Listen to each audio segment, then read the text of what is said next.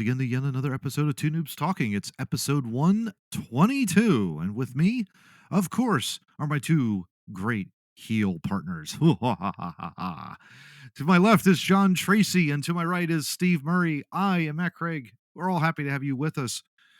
And, we were kind of talking a little bit about Ted DiBiase and IRS, the greatest tag team in the world prior to going online, guys. Makes me just wonder about, of course, we have Raw 30 in Philly. What was it, this last week? Yep. I think. And, it was great to see them on TV. Oh, my gosh, what a great tag team. One of the all-time greats for sure.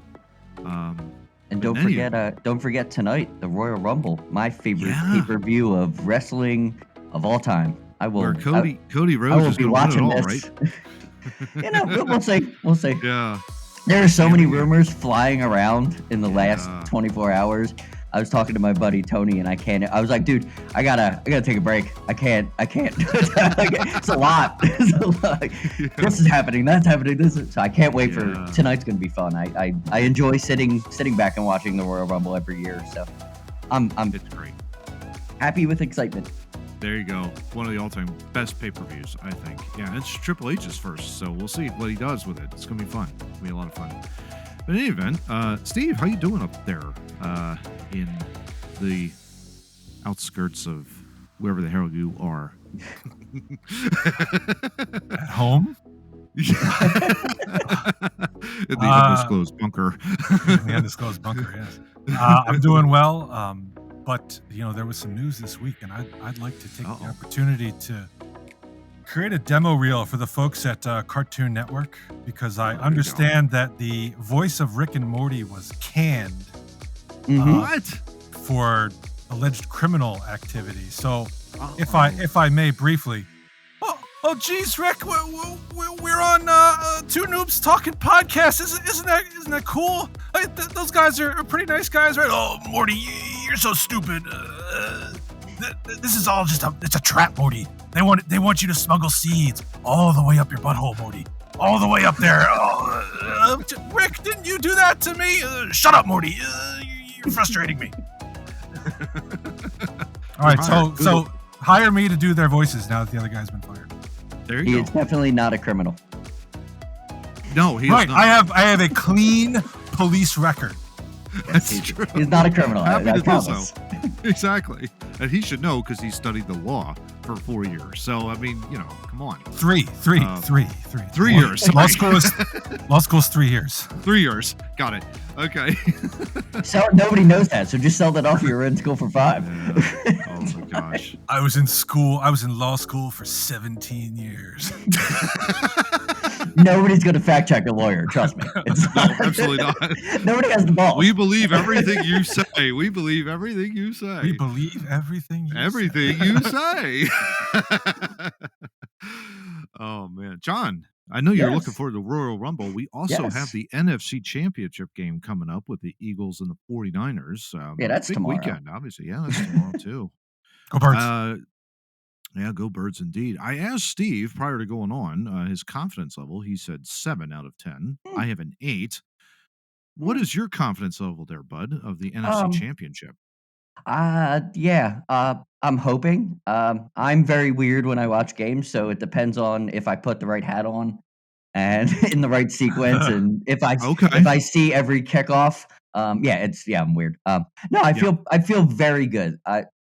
My thing I told you guys in pre-production, I feel like the 49ers got to score points, and I don't know if they can score points. This offense, not taking anything away from the 49ers as a team, but this offense is just accidental with their ability to put points on the board. Like, it's 14-0. Like, I wasn't even paying attention. You're like, kind of, wait, what? Yeah. They're quick to score, and that if they do that, if they get up 21-0, our defense isn't bad by any stretch of the means. And Avonte Maddox is coming back, I heard, so that's what I heard makes our secondary even better. Yeah. Put him in the slot, you should be okay. Speaking of hats, I intentionally did not wear my Temple hat today because that color is way too close to 49er. There you go. Yeah. So There you go. Yeah, and of course, like I have the Montana and the Rice jerseys. Well, I'm gonna have to put those aside for now. Yes. Put them outside while you're watching the game. Yeah, exactly. Yeah. Set them on fire. Just hang them outside. You guys got to leave the apartment for. Yeah, exactly. Right. Oh my gosh. All right. Well, guys, before we head to the first topic, of course, we have our over 40 rant and our fun facts. Of course, they're sponsored by W Energy Drinks. Go to w.gg. And of course, if you place an order there is a promo code, Too Noobs Talking. That's TOO Noobs Talking, all one word. You'll get 10% off your order when you enter that promo code. So then, w.gg and 10% off your order if you enter in the promo code Too Noobs Talking. Who wants to go first? Steve? John? Sure. Steve, go ahead. Okay. John, go ahead. All right, he's going to force me to go first. All right. Yep. So, okay, here we go. Fun fact. This is not the fun fact, but it has to set up. So I learned recently that, this doesn't come as a surprise, that you are forbidden from melting down things like pennies and nickels.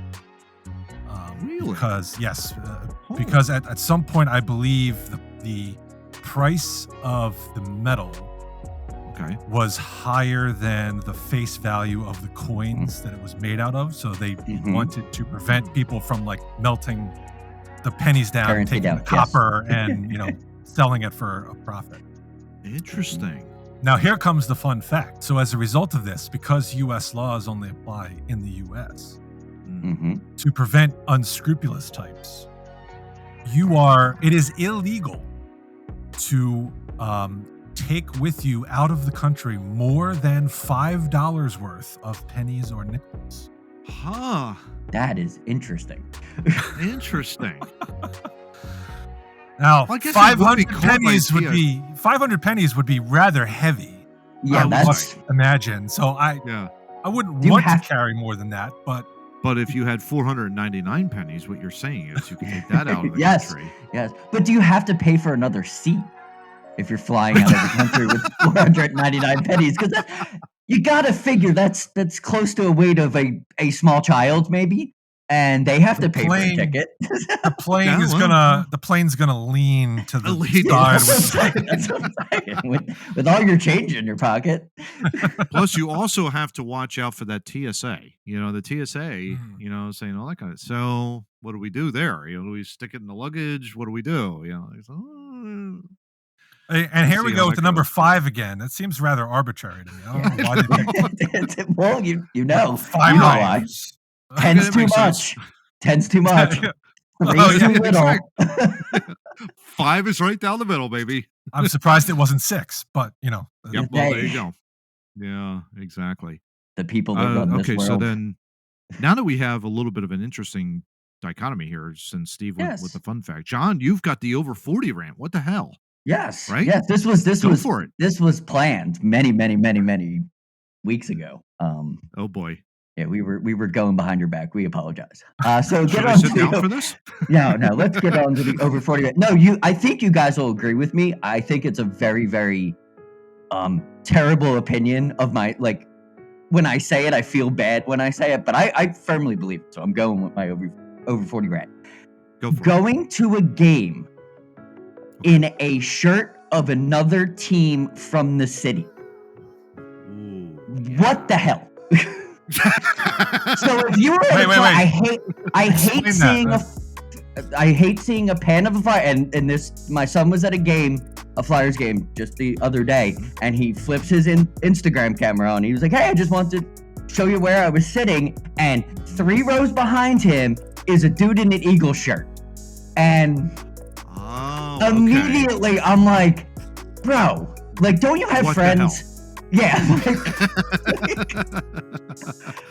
I hate that. Don't go to an Eagles game with a Philly shirt. Don't go to a Flyers game with an Eagles shirt. Gotcha. And I thought about this, and I thought I was being ridiculous. So I thought about a scenario of, hey, let's say I was in town, and Steve and Matt were like, hey, let's go to a Flyers game, and I don't own any Flyers gear. And I thought about it. Well, I do own a black shirt. I do own an orange shirt. I'd probably wear one of them. So I don't feel like I'm that crazy to, like, there's ways around it, not to just blatantly be like, oh, I'm going to wear my Sixers hoodie to the Flyers game. Like, that just drives me nuts. Yeah. That's fascinating, because I thought initially when you were going to go with it, it's like, well, don't wear like an opposing team's jersey. No, that's okay. Like, be a douchebag. But that's okay. Like, you got to support your team. Well, but you're talking sports to sports, which is, I agree with you. I totally agree. I think that's like, what are you doing? Like, if you're at a football game, why are you wearing like a Sixers hoodie? You know, it doesn't make any sense. It drives me nuts. Philadelphia. Yeah. It's Philadelphia. It counts. Well, if you think that's weird, one time I went to a Flyers game against the Devils. Ooh. And I saw a fan wearing a Chicago Blackhawks jersey. See, what sense does that make? I don't. Yeah. No. It's like, did you get lost on the way to the stadium, bro? That's definitely like a disqualification. Yeah, I wouldn't call it a blatant disqualification, but it's definitely a disqualification. You're definitely sitting 2 minutes in the box for sure. I mean, that's ridiculous. I don't know. I consider that a match penalty. Can't we just organize our fandom a little better? That's all I'm asking for. We just can we just make sure all our buddies have, I know someone has an extra shirt that dude can borrow. Like, yeah, please. Yeah, for the love of God. Yeah. Fandom. So before I met my wife, she was a big soccer fan, and I took her to our first Flyers game, and she was so confused that the stadium was like all Flyer fans and no fans for the other team. Yeah. Because you know, soccer usually you get some kind of split. You get a good mix. And she's like, well, I felt bad for I think it was the Atlanta Thrashers actually, which wouldn't have any fans to begin with. Yeah, they only have 2 fans anyway. They can't travel every game. I felt bad for the Thrashers because no one was cheering for them. I was like, you don't know how domestic sports work in the United States, do you? It's a little different. Yeah, just a little bit. Exactly. All right, guys. Well, let's go ahead and dive into our first topic. And, well, it's funny. This one, we don't have an article per se, but it's something we've noticed, obviously, if you've been following the news. Something with regards to classified documents appearing in Biden's garage, Pence's basement, Trump's, Mar-a-Lago resort, hotel and casino down there in Florida. It's been kind of an interesting and yet disturbing trend, to say the least. All of a sudden, these classified documents are showing up all over the place, and it seems to be affecting vice presidents, presidents. And this not only goes back to Trump and Pence, but, Clinton as well. So, guys, let's just kind of sit and talk about this for a couple of things. One, we kind of learned both it surprised me a little bit in pre-production. I thought you guys wouldn't have known this. But, of course, a lot of times when you go in to get a classified document, it's gone into a secret compartmentalized information facility, or SCIF. And at least of course, that's a short acronym. That's a very short acronym for sure. One of many in the administrative state. But in any event, you go in, you're not allowed to take a cell phone. You're not allowed to take any sort of note-taking, pencils, Post-it notes, whatever the case may be. You go in, you read it, you absorb it into your brain, you walk out, and then you grab all your personal items and out the door you go. So it kind of begs the question, A, why, if that's the case for all of these things in the government? So it was kind of like an interesting debate we were kind of having back and forth, right, guys? So, whether or not the president is allowed to go in there and just remove documents whenever he feels like it. That's still kind of an FY. We're not quite fully certain on that. It led to a lot of great discussion. But John, I'll go to you first with this. First, like your initial thoughts on all these politicians, like coming up, hey, look at me. I found like Pence with like the Boy Scout award, finding these classified documents in his basement. Oh, I turned them into the FBI. Look at me. Well, that's great. Why do you have them in the first place, right? I mean, his apology was hilarious.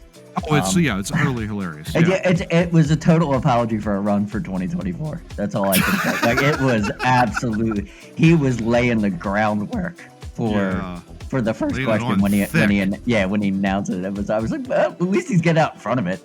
That's something that the Trump administration wasn't good at. So at least he learned. Exactly. Just making fun of politics. Yeah, this is the Biden one is weird because it seems like it's everywhere. Like I got a little bit over here. I got a little over here. Look, there's some over here. He's got them in multiple states. And nobody can really lock down when he got them, or some say it's when he was a senator. Some say it's when he was a vice president. None of it was from presidency, because my whole thing with the Clinton ruling, I said this in pre-production, with the Clinton ruling, so if you're president and you're seen with classified documents, the ruling is the presidents are allowed to basically do what they want with them. So I really don't care that Clinton and Trump had them, because a judge said that it was okay for them to have them. A rule was set for that. So I'm fine with that. The weird part is the Pence and even the senators that are coming out, they're like, yeah, you can't do that. Like, you have to go down to the basement. You have to show photo ID. You have to make an appointment. Like, you just can't be like, hey, I'm here to look at some classified documents. Like, you have to do so many things to get into this area, and you can't bring anything with you. It seems a little weird to me. Yeah. Yeah, and especially the fact that they have them, like, stored in the most bizarre places. I was talking to a friend of mine last night, and he was kind of like saying, I wouldn't be surprised if Reagan had any, or if George W. or Obama had any classified documents in their possession that they didn't have. And a lot of it was the fact that, you know, these presidents are moved in and out of the White House every 4 or 8 years, depending. But it's like, in the chaos of the move, he was saying, well, you know, you just never know. These moving companies are moving these documents, and they have no idea whether or not something's classified. I'm like, I kind of buy that theory, but at the same time, it's kind of like, where's the security? Like, I that's the one thing that really gets me. And it is really, really weird. Steve, what do you think in regards to this? I can understand that, because I can only imagine how many pieces of paper a president is going to see in just a 4-year term. Yeah. So I can see, you know, things getting kind of jumbled up and when you're leaving. But you're right. Like, you'd think confidential documents, classified, you know, highly classified stuff would be. I could see, you know, a president not having to go down to the SCIF. You know, he could demand it be delivered with his breakfast in bed in the West Wing or whatever in the morning. Or at least, nightcap on. Right. Or at least, you know, have somebody telling, no, President Biden, you can't wallpaper your Corvette garage with classified documents. But they're not floor mats, sir. They're not floor mats.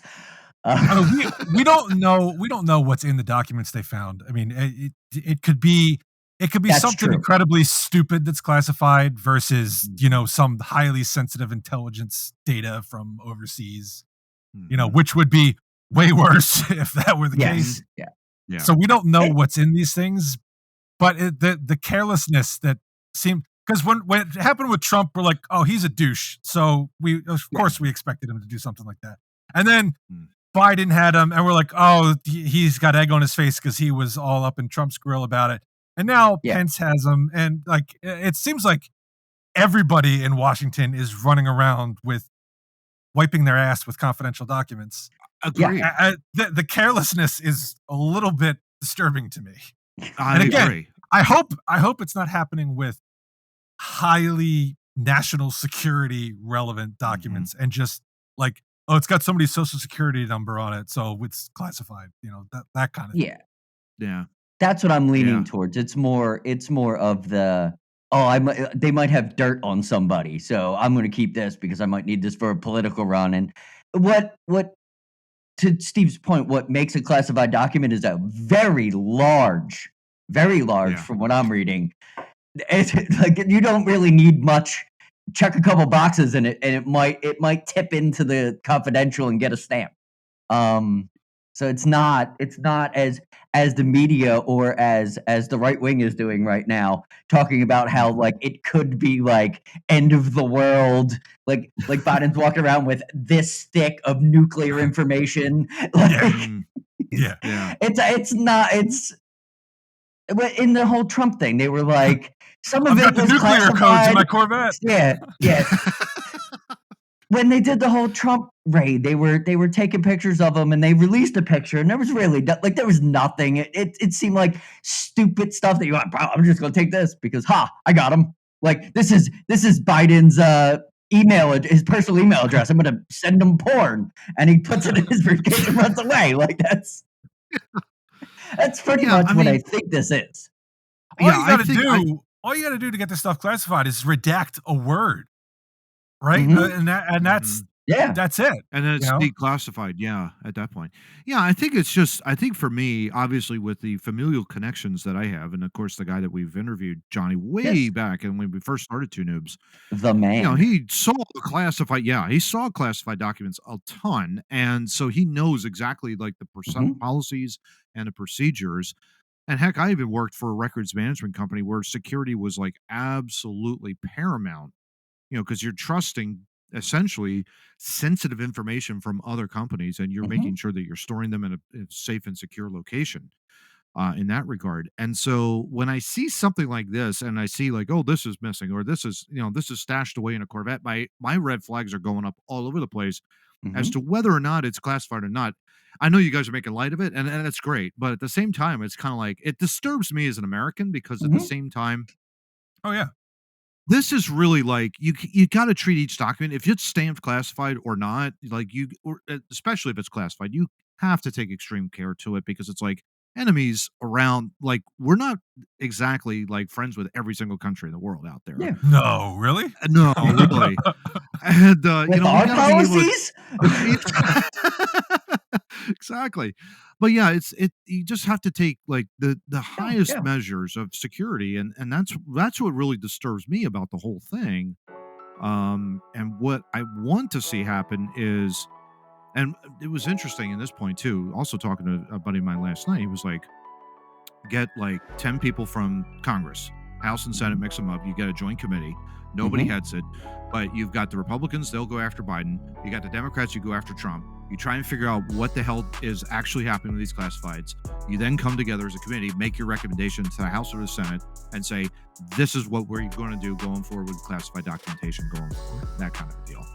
Whether or not that will actually work or not, I don't know. It's a legit good idea because it's you're taking away any sort of bias away. That kind of deal. I don't think you need to go after anybody at this point because it seems like it's everybody. So just get a plan going forward. Like from now on, first off, do it this way. Like, all right, give all the shit back that's classified. Yeah. Okay. Let's settle that. Give everything back as classified. Yep. All right. Now that we got everything back, here's what's going to happen going forward. Yeah. Right? And stick to that plan. That's, I think, the way to handle it. Yeah. Because you're right. It's disturbing the way they're just flinging this crap around. Yeah. Yeah. I mean, I think probably the funniest one definitely was Biden's Corvette for sure. But at the same time, Pence trying to be the Boy Scout was equally as hilarious. Look at what I found. Well, I'm going to turn this in. And I'm thinking like, what the hell? Why do you have it in the first place? It's like, you don't get extra bonus points for turning in classified documents. They're classified, for crying out loud.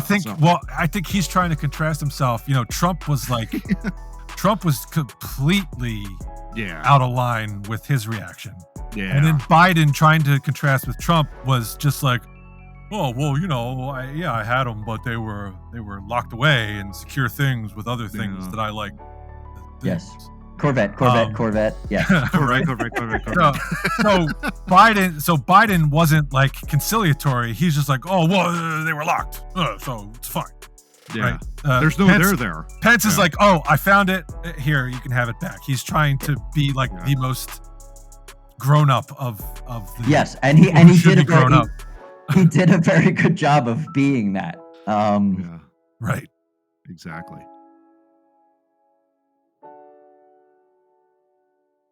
John, I don't know if you noticed. I'm looking over to my right over here, and Steve's missing. I don't know what's going on. I turned myself into a pickle, Morty. We're used to this by now. Well, yeah, we're used to this by now. I'm still angling for the job, man. Still angling for the job. Voiceovers. Go for it, Steve. There you go. But speaking of, well, maybe not voiceovers, but This is an interesting second topic, gentlemen, as we roll on with our episode. Lights, camera, weapons check. Actors worry about Baldwin charges. Uh-oh.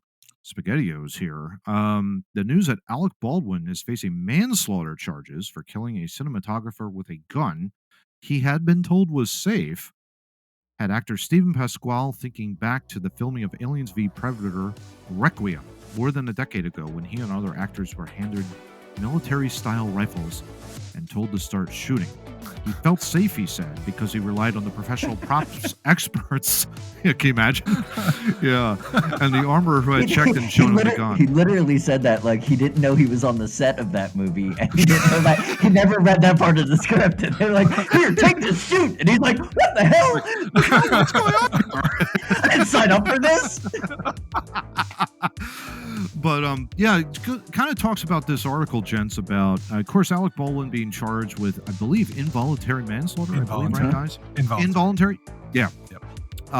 Being on the set of a Western movie that's upcoming, shot and killed a cinematographer while on set. And it's not the first time this has happened in Hollywood. We looked it up online. I believe it was The Crow, right, Steve, if memory serves, where, that was an absolute tragic situation where I think there was a gun that fired, but there was a sluggo round that basically stopped inside the bullet, and then all of a sudden they fired the actual weapon with a blank that propelled that gun out and shot and killed an actor while on set. So it was, that's a tragic situation.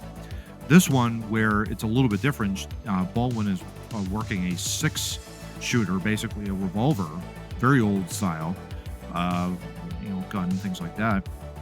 And here it was, I believe the hammer wasn't like fully locked in position. So when Baldwin went to go he claims that basically he goes to pull the cock back, it springs forward, it shoots the bullet out of the gun, which was a live round, and shot and killed the cinematographer on set. Tragic situation, obviously, but kind of get your guys' thoughts on this. Baldwin faces 2 charges of involuntary manslaughter in the shooting death of cinematographer Halnya Hutchins. Hopefully I got that name right. When the revolver he was rehearsing with, which he had been told was cold, meaning it should not have contained any live ammunition, suddenly fired. So, of course, that talks about that in the whole situation. Steve, what are your thoughts, real quick on this? What do you think? The reason I brought this up to begin with was, it's an absolutely horrible thing to have happen, but I'm not sure. We don't know all the facts of the case, but from what we have heard so far, I don't know why this charge is being brought at all. If he's told the weapon was cold, how can he be responsible for what happened? I don't know what Alec Baldwin's.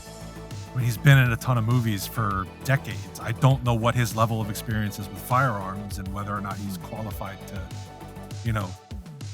be able to tell when there's an actual live round in a weapon or not. Yeah.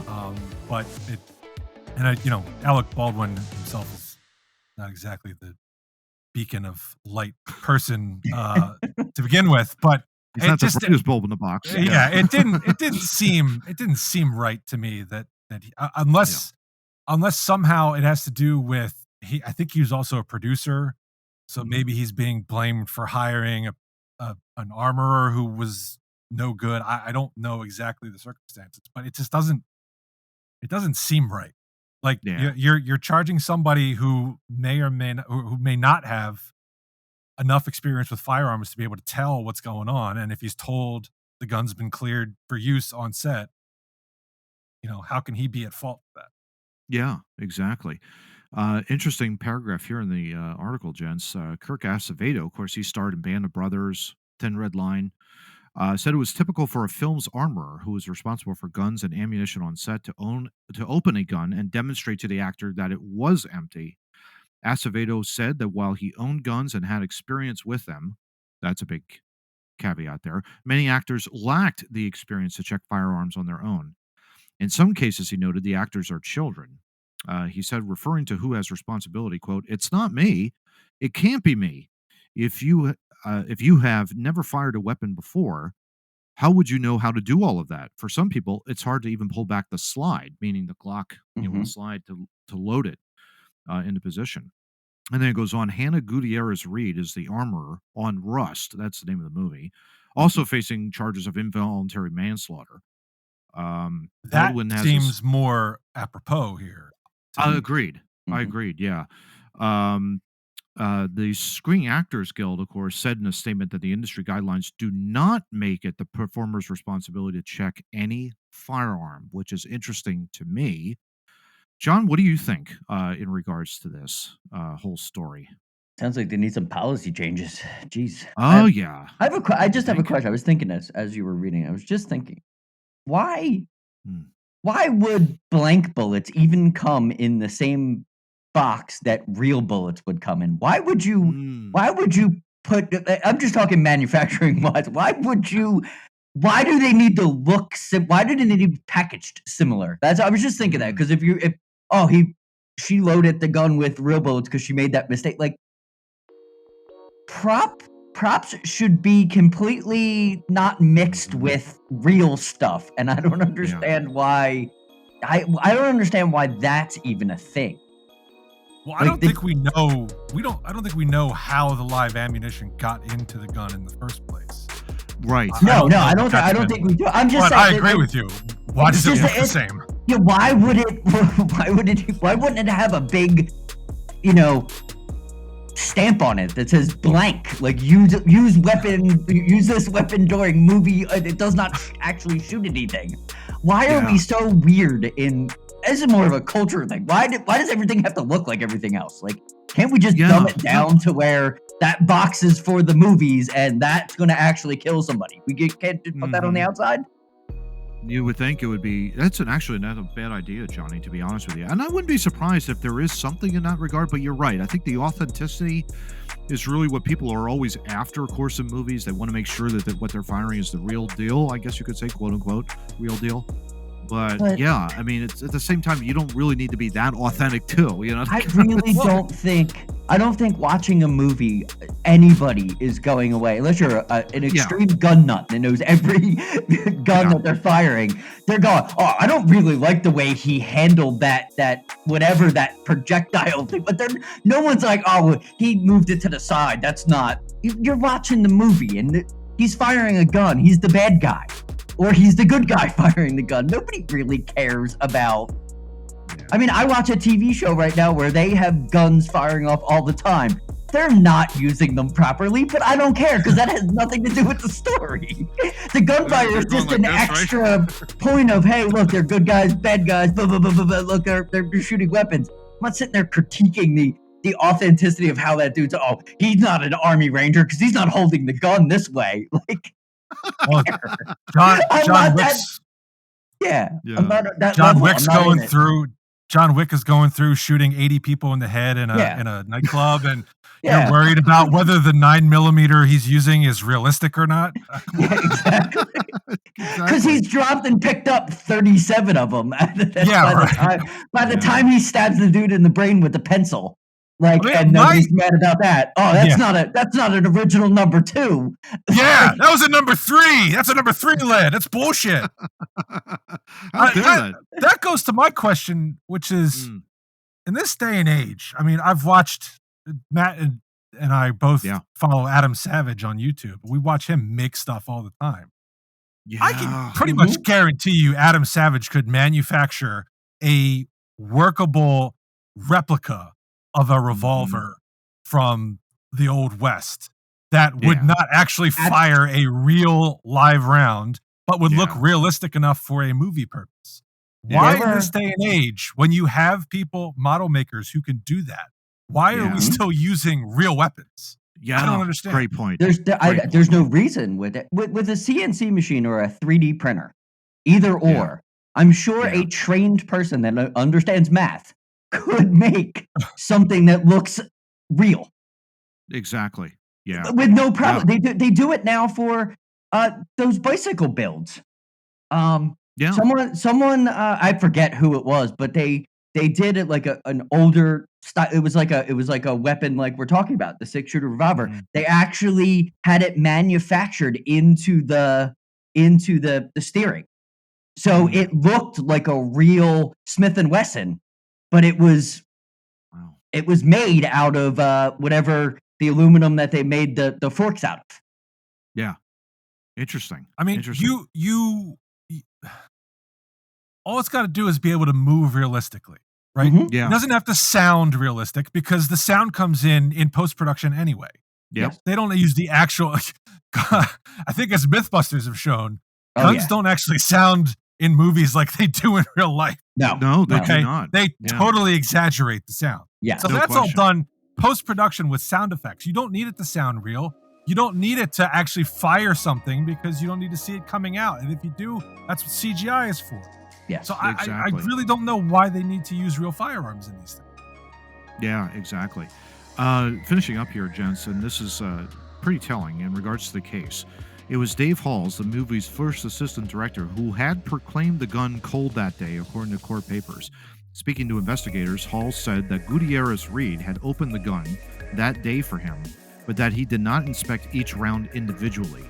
Halls has agreed to a plea deal on a charge of negligent use of a deadly weapon. Gutierrez Reed told investigators that she did check each of the 6 cartridges in the gun, but remarked at one point, quote, "I wish I could have checked it more." You think? Legal experts say successfully prosecuting the charges against Baldwin would require the district attorney to demonstrate that he behaved negligently. And one of the criminal law professors at the University of New Mexico, Joshua Kastenberg, said that he could see an argument being made that Baldwin might have failed to act in a manner to protect others. Well, I mean, okay, I see that point, but that's going to be stretching it, to be honest with you. I mean, you've got multiple different checks and balances happening on set, and really it came down to that first unit director. It also came down to the armorer, and it's like, if they're not on the same page checking this, weapon here, it's not up to Baldwin. You can make an argument it's not really up to Baldwin, but at the same time, yeah. So it's going to be interesting to see what happens. Yeah, go ahead. It would make me feel better if in any of those statements or anything that we've read said that he checked the weapon himself.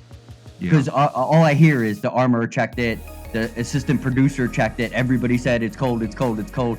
If I'd feel better for him if he, was in on that. Yeah, it was in on that. That's the only thing I see a little weird. Like, seems like he's getting charged and he wasn't even involved in anything, but here's your weapon for the day. Okay, cool. And then makes a mistake handling it and someone dies. That's what it sounds like. It goes back to, if it's a prop weapon, the armorer doesn't have to check it for live ammo and declare it cold because there's no danger to anybody. So I that's the thing. I don't understand why we can't just do that. Maybe it's cheaper. I don't know, but moving forward, we should probably figure that out. Yeah.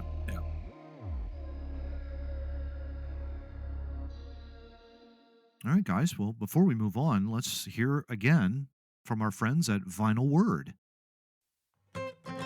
Welcome to the Vinyl Word Podcast, where forgotten spoken word records are revisited with a comedic twist. Join me, Steve Beach. And me, Brian Mayer, for a trip down memory lane, where records weren't only for music, but also education. Learn to bowl, throw a dinner party, or hit a baseball, all while being tethered to a spinning record on a gigantic stereo. It was well-intentioned, ineffective, and totally ridiculous. But what other options did they have? And let's be honest, Steve, we can describe the internet the same way. Yeah. Listen to the Vinyl Word Podcast on Spotify, Apple Podcast, Google Podcast, Pocket Cast, iHeartRadio. Literally anywhere they get their podcast is what Stitcher, we're doing. Deezer. And we're back. Steve, come on, man. What's going on? Hey, I actually listened to a couple of their episodes, the Vinyl Word guys. It's they do some good stuff. That's awesome. Absolutely. Yeah, absolutely. we love them out there, and hopefully they're doing well as well. So. I definitely want to hear more from Gaynor and his wife cooking mac and cheese back in the 50s. That was very bizarre. There you Very go. bizarre. Love it. Love it. Love it. All right, gentlemen, third topic here, and I guess another one from the weird file. How extinct animals could be brought back from the dead. Wasn't Dun, me. dun, dun. Wasn't It wasn't me. you? Was not. No. No, it was me. Nope. It was me. Oh, it's all John? Oh Yeah. my gosh, I can't believe it. The world's coming to an end. What's happening here? So this is a very interesting article from the BBC, if I remember right. Yeah. Mm-hmm. From an Australian frog that swallowed its own eggs. Interesting. To woolly mammoths. Scientists are getting ever closer to being able to bring long-lost species back from the dead. Millions of years ago, Tasmanian tigers, also known as thylacines, that's my best attempt, were widespread. Tassie tiger. Tasmanian tiger were widespread across Australia, about the size of an American coyote. These dog-like creatures with stripes disappeared from the mainland around 2,000 years ago. They remained in Tasmania until the 1920s, when they were slaughtered by those evil European colonists out there, who saw them as a threat to livestock. How dare they? Build a bigger fence, idiot.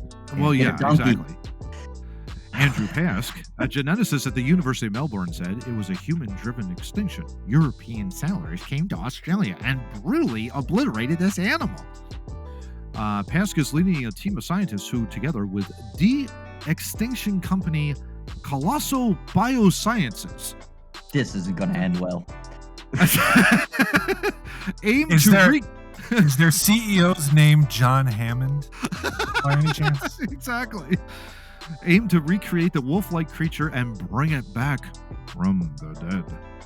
Editor's note, by the way. Thanks to recent advances in genetics, I was always going to say geneticists. That doesn't Nice. sound right.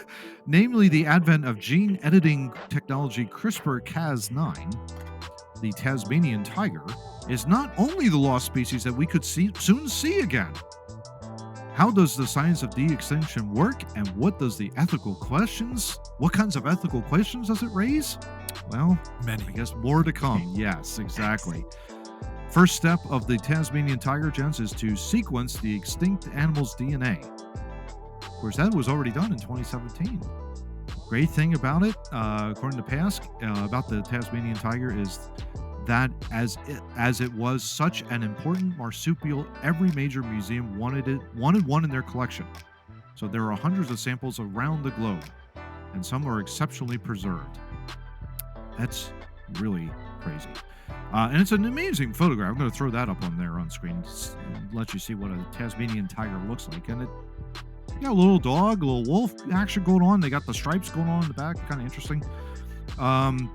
But this is also one final point before I toss it over to John. Although it's in pretty good condition, the DNA isn't completely whole. Over time, exposure to UV light and the action of bacteria break down DNA into short fragments. I don't know where this is not going well. Yeah, exactly. The older the sample, the smaller the fragments that are left behind, until eventually there isn't enough left.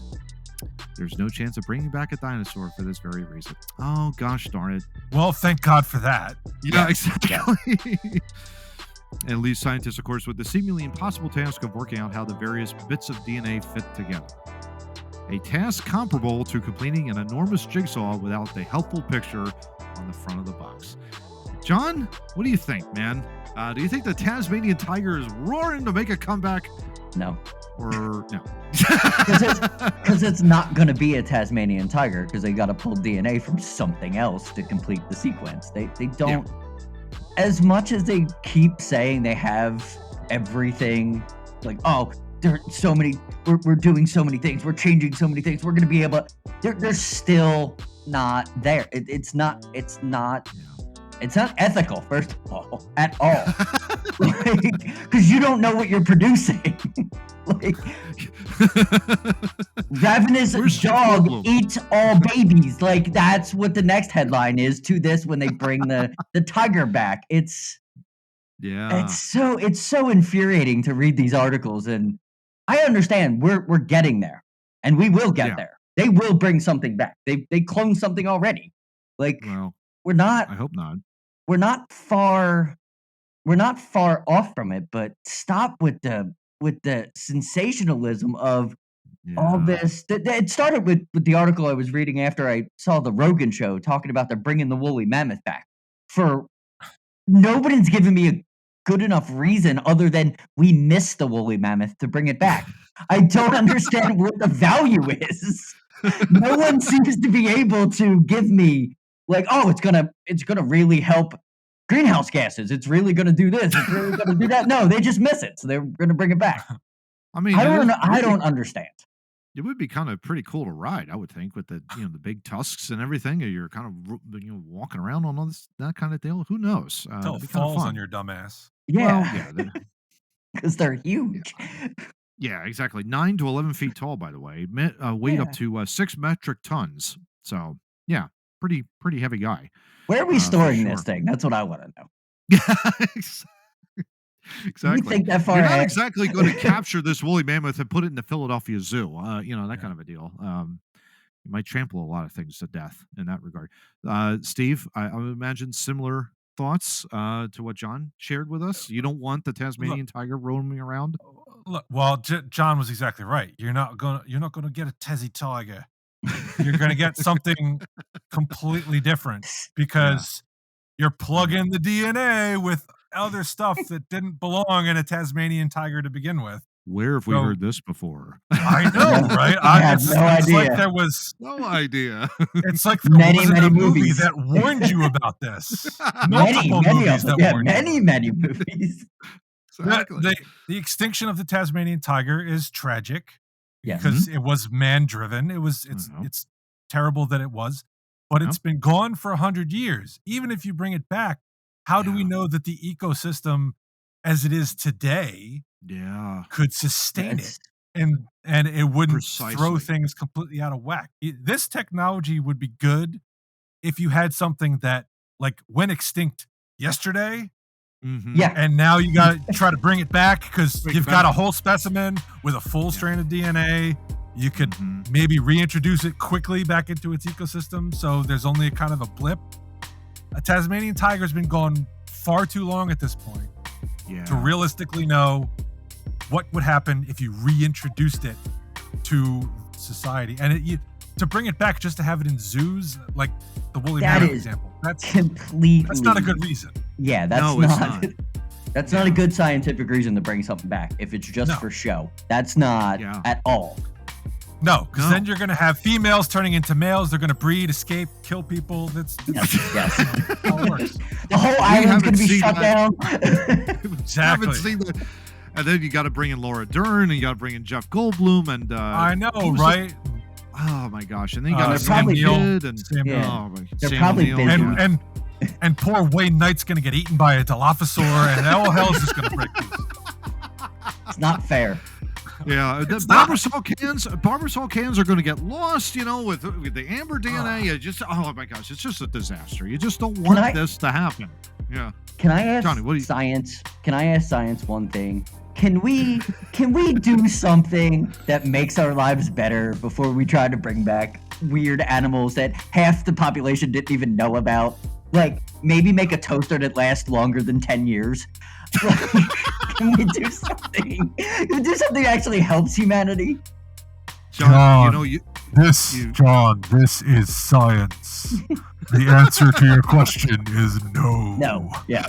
Is that the supercomputer that took a billion years to come up with the I was just going to say too, John. Like you're going to ask Dr. Anthony Fauci this question too. Yes, Isn't yes, he that's what I was going science? for. Well, I mean, he looks like the rat from Ratatouille, so I think we understand why he as science is doing all this stuff.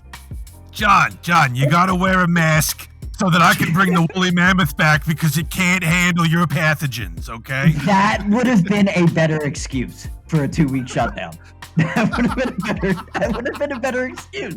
I think most of us would have been like, yes, we will sit in our home for 2 weeks, Sir Fauci, because you're going to bring the woolly mammoth back.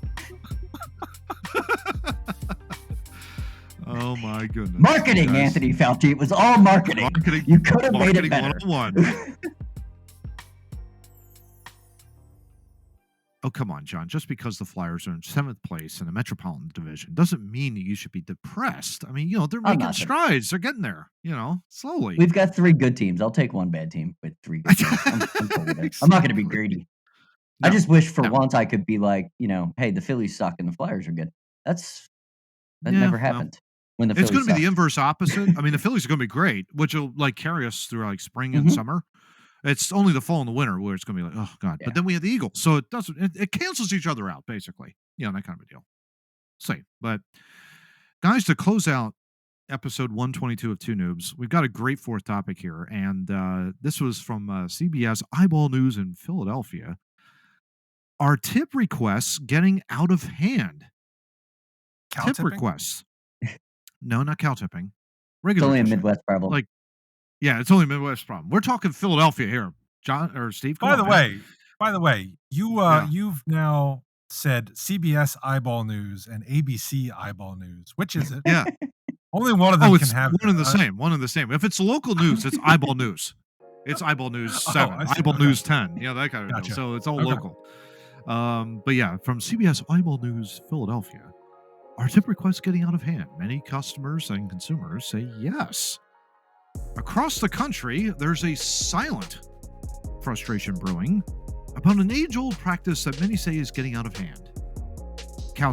Regular tipping, sorry. Some fed-up consumers are posting rants on social media complaining about tip requests at drive-thrus, while others say they're tired of being asked to leave a gratuity for a muffin or a single cup of coffee at their neighborhood bakery. What's next, they wonder? Are we going to start tipping doctors? Dentists?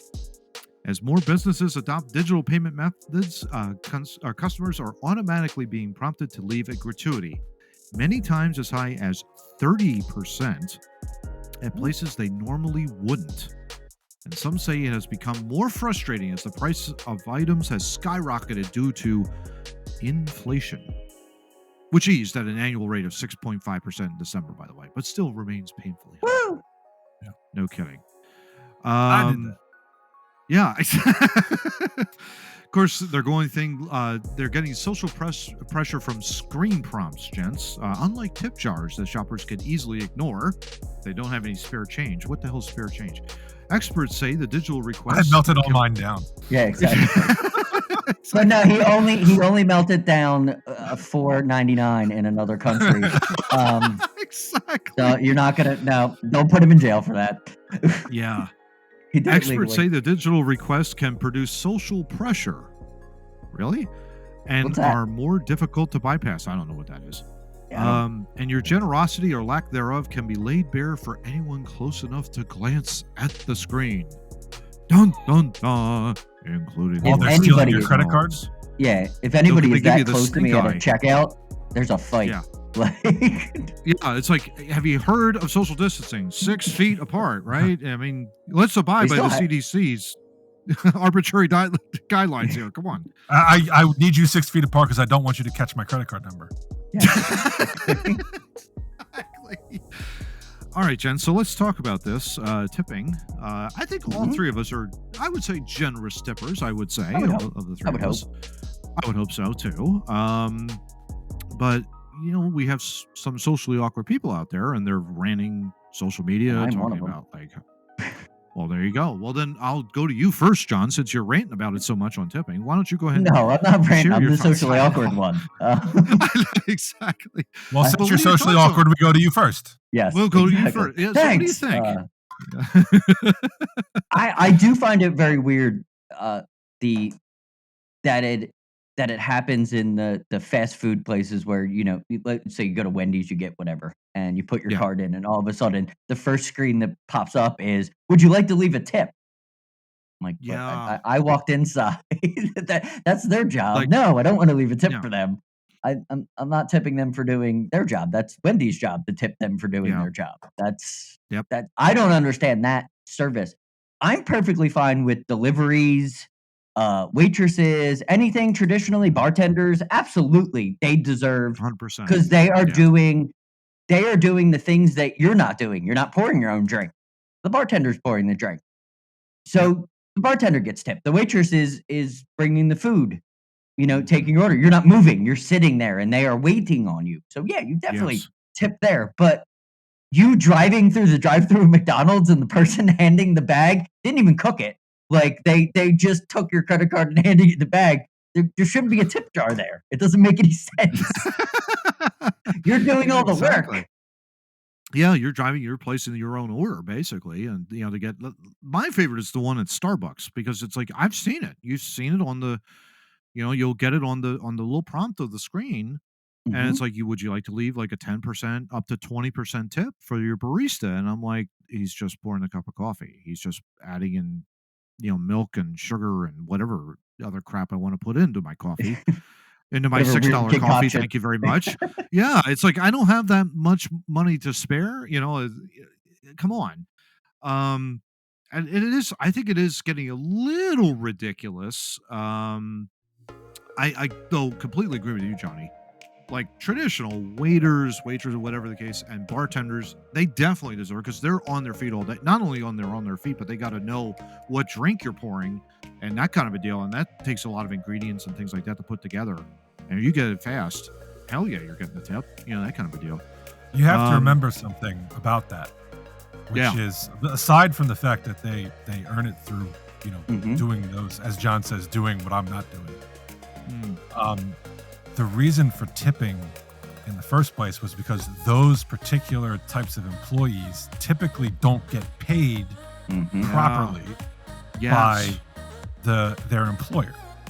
And Yeah. so the tipping is a way to sort of get their salary, as it were, to the proper spot.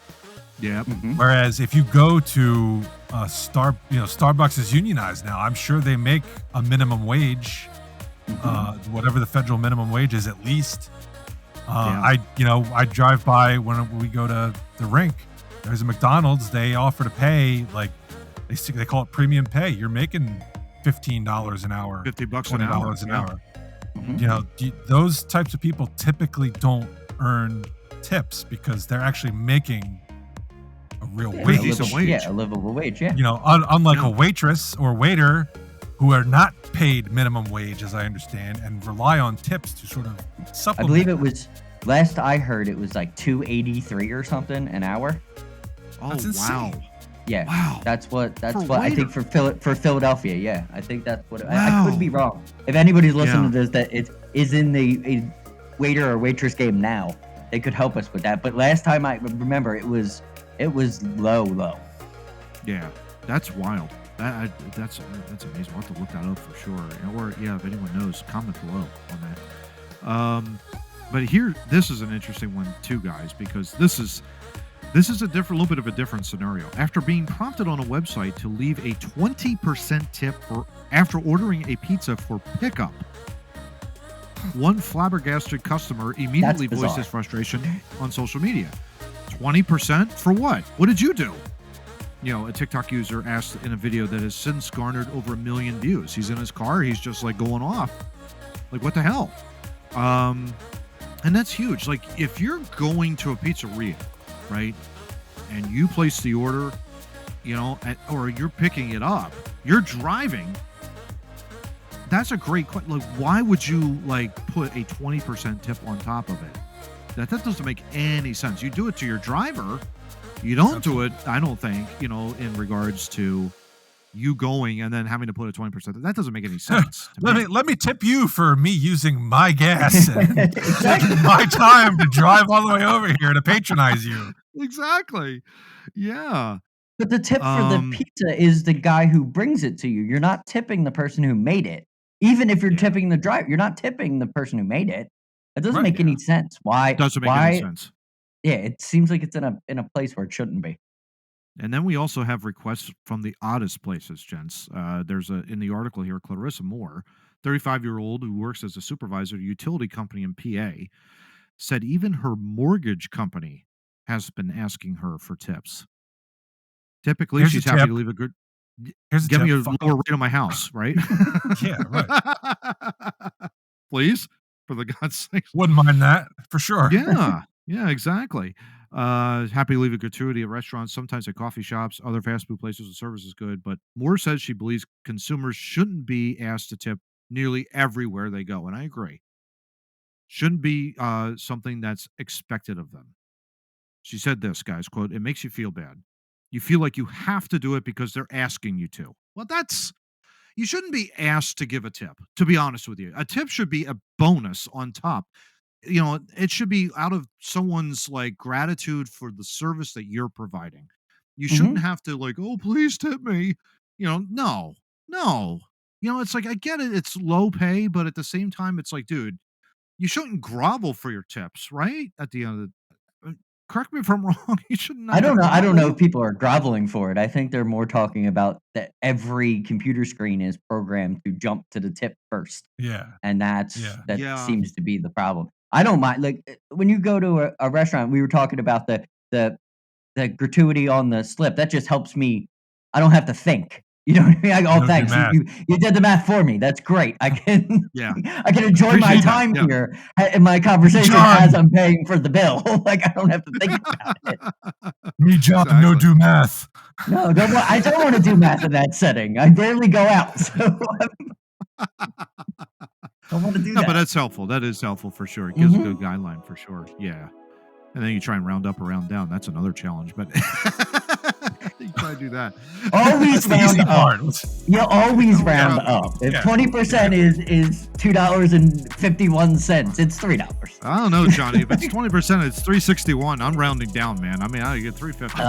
See, I thought you said you guys were generous tippers. Oh my god. I'm joking. But- Come on. If you go out for, I don't know, a breakfast or a lunch and it's $15. Yeah. Yeah. 20% is only $3.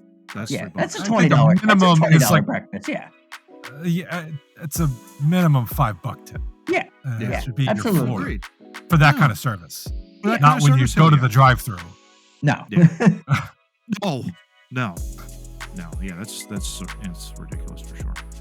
All right, guys. Well, that's it. Episode 122 is in the can. We did I would it. like It's always to- great to be able to go for it. I'd like to What do you point got? out for Ready? Norman. Ready? Norman, Ready. take a look. Take a look. Yeah. Yeah. Absolutely. Which we eviscerated, by the way. You haven't checked that out. Check that out. Episode 121. Last week, where we absolutely obliterated Norman Julius Esiason from the ranks. Right, But and until right then, before guys- the Eagles did it to the Giants. Oh, yeah. I wonder how that worked out on Monday morning Ouch. on that radio show. Oops. Yeah. Tiki Barber said that they were completely unprepared to play. Really? I think they were just terrible as an entire franchise, but that's another story for another time. I think it's Anything- lack of talent. Yeah, exactly right. Till then, guys, talk to y'all next week with episode 123. Take care. Hey everyone, we hope you enjoyed today's episode of Two Noobs Talking. Not only is Two Noobs here on YouTube, but you can also find us on your favorite podcast listening platforms such as iHeartRadio, Apple, Google, and Samsung Podcast, among others. Until then, see you next week with another episode of Two Noobs Talking. Take care.